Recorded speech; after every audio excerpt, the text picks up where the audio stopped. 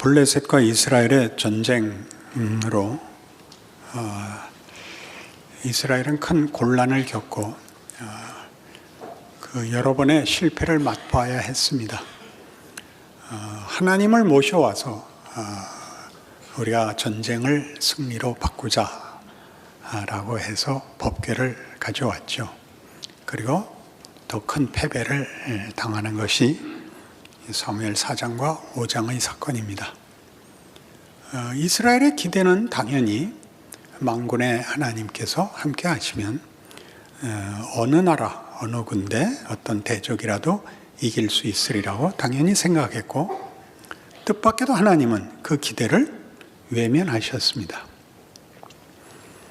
블레셋이나 이스라엘이나 공히 하나님이 패배했다고 생각을 해서 우리 그 패배로 인한 이스라엘의 그 신앙적 혼란이라는 것이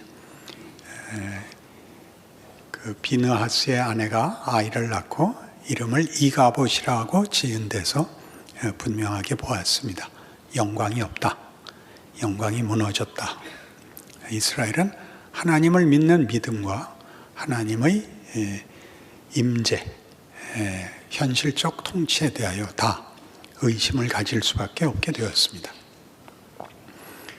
그러나 뜻밖에도 오늘 5장에서 보는 바와 같이 하나님은 잡혀간 그 법궤를 빼앗아간 블레셋의 중심부, 그들의 신앙의 자리, 다곤 신당에서 일하십니다. 그 다곤 신이 그 제사장들이 아침에 일어나 신전에 가보니까 엎드러져 법궤 앞에 절하고 있는 겁니다. 그래서 그 다곤을 다시 세워놓고 그 이튿날 가보니까 이번에는 머리가 땅에 닿아서 절하듯이 법궤 앞에 있고, 손목은 잘려서 문지방에 걸려있고 몸뚱아리만 남아있는 꼴을 보게 됩니다. 당황하게 되죠.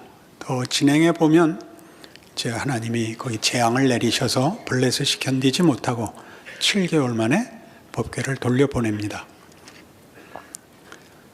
그러니까 쉽게 이으면 하나님은 하나님 일하시고 하나님의 권능을 보이셨는데 이스라엘은 왜 하나님의 임재 하에서도 패배했을까? 잘못했기 때문이다. 신앙적인 실패가 있었기 때문에 하나님이 편들지 않았다. 이렇게 쉽게 엮을 수 있습니다. 그러나 이 문제는 우리가 생각하는 것보다 더 깊이 여호와의 궤가 블레셋에 빼앗겨지고 다곤 신당에 들어가 일종의 전리품이 되는 수모를 겪으면서까지 하나님이 이스라엘의 기대를 깼다는 데 초점이 있다는 걸 놓치지 않아야 됩니다. 이스라엘의 기대는 하나님을 모시고 있는 한 질 이유가 없다. 그 기대를 하나님이 정면에서 거부하시고 충돌하여 말하자면 저들의 생각과 저들의 기대를 산산조각을 냈다는 사실입니다. 그게 왜 이렇게 중요한 문제인가 하는 것이 핵심입니다. 쉽게 이스라엘은 신앙이 충분치 않았다 이렇게 모호하게 표현함으로써 하나님을 더 잘 모셨으면 가능했을 승리를 놓쳤다 이렇게 생각하시면 안 됩니다. 하나님은 왜 그 시간에 잡혀가셔서 적진의 한복판에서 그들이 믿는 우상을 깨뜨리는 것으로 이스라엘의 기대와 다른 식의 자신의 증명을 했을까요? 이렇게 물어야 됩니다. 이사야 42장에 의하면 한번 찾아가 보십시다. 이사야 42장 5절.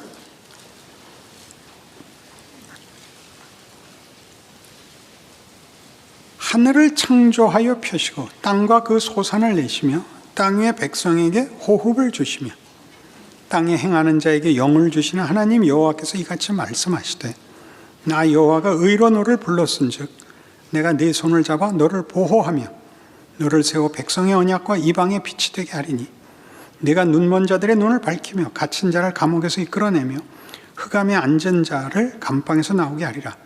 나는 여호와이니 이는 내 이름이라. 나는 내 영광을 다른 자에게 내 찬송을 우상에게 주지 아니하리라.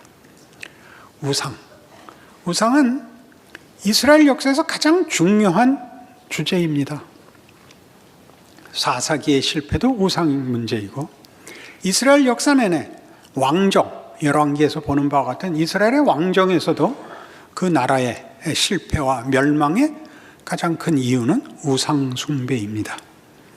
우상은 무엇이길래, 우상이 어떤 문제이길래 하나님은 우상과의 싸움을 가장 큰 주제로 삼으시는가, 이렇게 물어야 됩니다. 나는 내 영광을 다른 자에게, 내 찬송을 우상에게 주지 않겠다. 하나님은 하나님이 받으실 영광이 우상 정도인 것으로는 타협하지 않겠다, 그런 뜻입니다. 우상은 뭐길래요? 신약성경 골로새서 3장 5절에 의하면 탐심이 우상입니다. 아주 요약된 정의죠. 탐심은 뭐죠? 우리의 욕심입니다.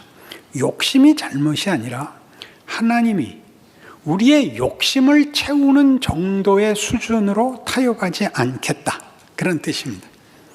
내가 원하는 것을 만족하는 능력, 그것을 채워주는 대상이 우상입니다. 그러니까 우상은 쉽게 얘기해서 돈도 아니고 권력도 아니고 다른 신도 아닙니다. 우리의 기대와 소원을 만족시키는 정도, 우리가 주인이고 수단에 불과한 정도로서는 하나님은 타협하지 않겠다고 하십니다. 하나님이 우리에게 요구하는 것은 같은 이사야 43장, 42장 다음에 있는 43장에 있듯이 1절, 야곱아 너를 창조하신 여호와께서 지금 말씀하시느니라. 이스라엘아 너를 지으시니가 말씀하시느니라. 너는 두려워하지 말라. 내가 너를 구속하였고 내가 너를 지명하여 불렀나니 너는 내 것이라. 네가 물 가운데로 지나갈 때 내가 너와 함께 할 것이라. 강을 건널 때 물이 너를 침몰하지 못할 것이며 네가 불 가운데로 지날 때 타지도 아니할 것이요 불꽃이 너를 사를지도 못하리니 대전하는 여호와여 네 하나님이여 이스라엘의 거룩한 이요 네 구원자임이라. 내가 애굽을 너의 속량물로 구수와 스바를 너를 대신하여 주었노라. 네가 내 눈에 보배롭고 존귀하며 내가 너를 사랑하였은즉 내가 내 대신 사람들을 내어주며 백성들이 내 생명을 대신하리니 두려워하지 말라. 내가 너와 함께하며 네 자손을 동쪽에서부터 오게 하며 서쪽에서부터 너를 모을 것이며 내가 북쪽에게 이르기를 내놓으라. 남쪽에 이르기를 가두어두지 말라. 내 아들들을 먼 곳에서 이끌며 내 딸들을 땅끝에서 오게 하며 내 이름으로 불려지는 모든 자 곧 내가 내 영광을 위하여 창조한 자를 오게 하라. 그를 내가 지었고 그를 내가 만들었느니라. 우리가 영광된 존재입니다. 하나님의 영광으로 우리를 지었습니다. 우리의 영광은 우리의 소원, 우리의 상상의 극점에 있는 것이 아니라 하나님의 의지, 하나님의 뜻, 하나님의 목적에 있습니다. 우상과 하나님의 차이가 뭐죠? 하나님은 생각이 있으신 겁니다. 하나님의 생각, 인간의 생각을 상회하는 하나님의 생각과 뜻이 있고, 우상은 우리의 생각을 이루어주는 존재입니다. 수단이죠. 하나님은 수단으로 만족하지 않으실 것입니다.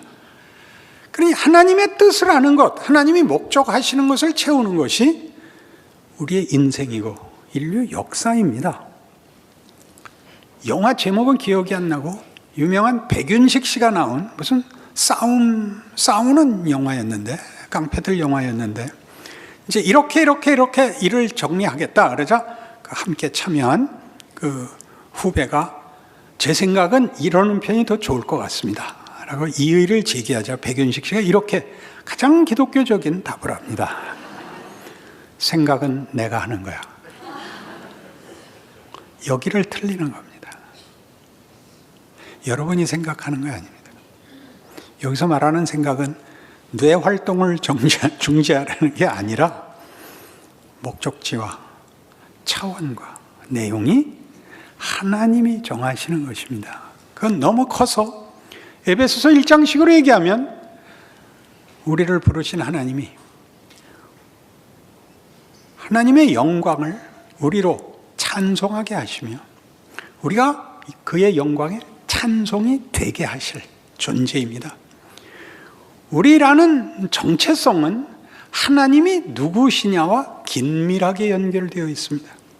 그러니 이스라엘이 하나님을 다만 수단으로 써서 자기네들의 안전과 자신들의 필요를 채우는 것에 급급한 이 시점에서 하나님이 저들의 요구와 기대를 충돌하시는 것은 너무나 큰 은혜인 것입니다. 나를 아버지라고 부른다는 건 그런 뜻이 아니다. 나를 하나님이라고 찾는 것은 이런 것을 목적하고 있지 않다. 이것보다 크다. 이렇게 얘기하죠. 그러나 이 문제는 우리에게 언제나 시험거리라서 우리는 오늘날 신약시대의 표현으로 예수를 믿는다는 이 고백이 우리에게 안심을, 형통을 주리라고 기대하는 것입니다. 그것을 성경은 우상이라고 얘기합니다. 그럼 고단한 게 복인가? 그건 조금 더 진행해 보십시다. 기독교 2000년 역사에서 이 교회 시대에 교회의 가장 큰 시험이 된 승리주의라는 시험이 있습니다. 이 승리주의는 역사적인 사건 때문에 일어났는데 콘스탄틴 대제가 기독교를 공인하고 결국 기독교를 국교로 삼는 데서부터 기독교의 가장 큰 시험이 됩니다. 권력을 가지는 것, 모든 경우에 우위에 서고 승리를 하는 것이 하나님의 뜻이고 하나님이 일하시는 구별이라고 생각을 하게 됐습니다. 여러분들도 갖고 있는 생각일 것입니다. 예수를 믿으면 모든 일에 우위에 서야 되고 모든 문제를 해결해야 되고 그리하여 하나님의 초월적 권능과 높으심이 드러나야 되고 그 높으심을 증거해야 되고 보상으로 가져야 되는 것. 우리에게 실패가 일어나거나 우리에게 고통이 일어나면 내게 무슨 잘못이 있는 것으로 생각하는 것, 승리주의라고 하는 것입니다.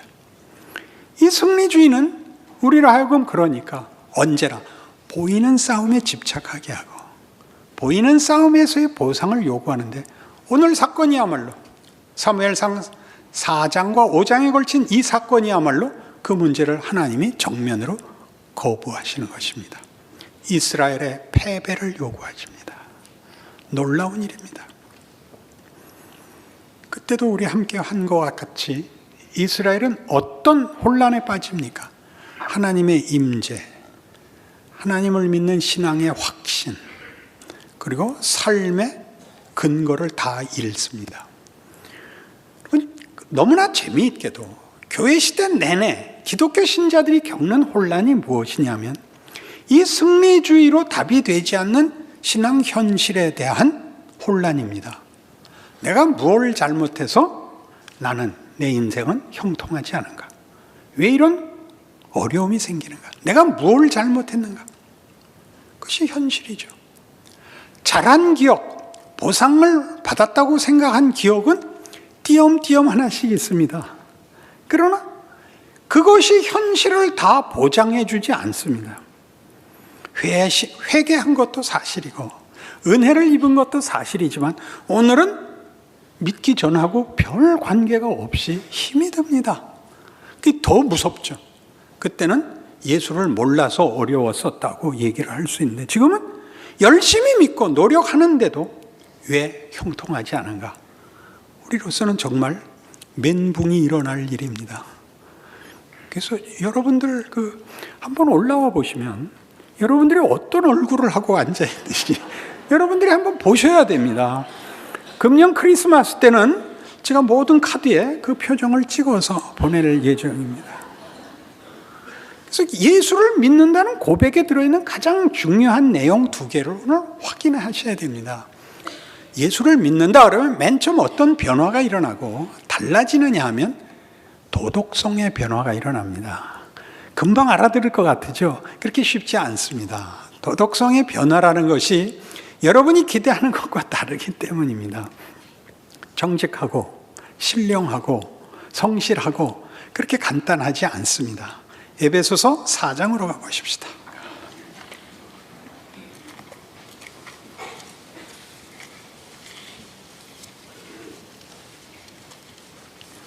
에베소서 4장 17절.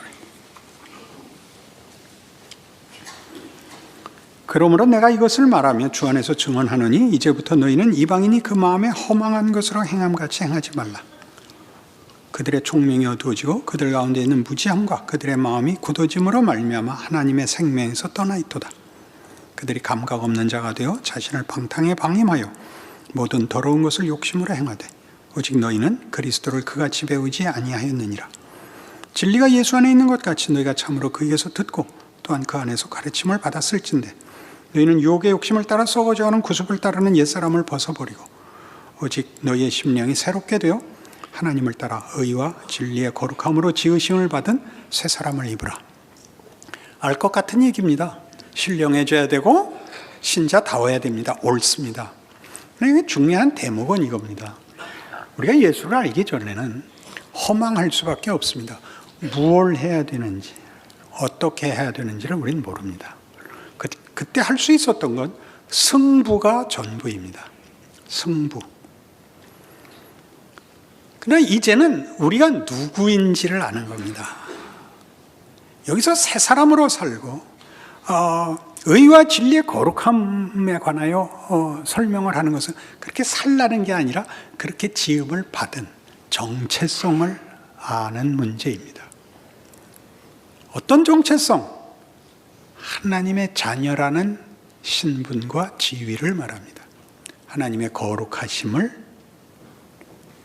이어가는 생명체, 피조물, 명예와 위대함과 진리와 생명의 정체성입니다.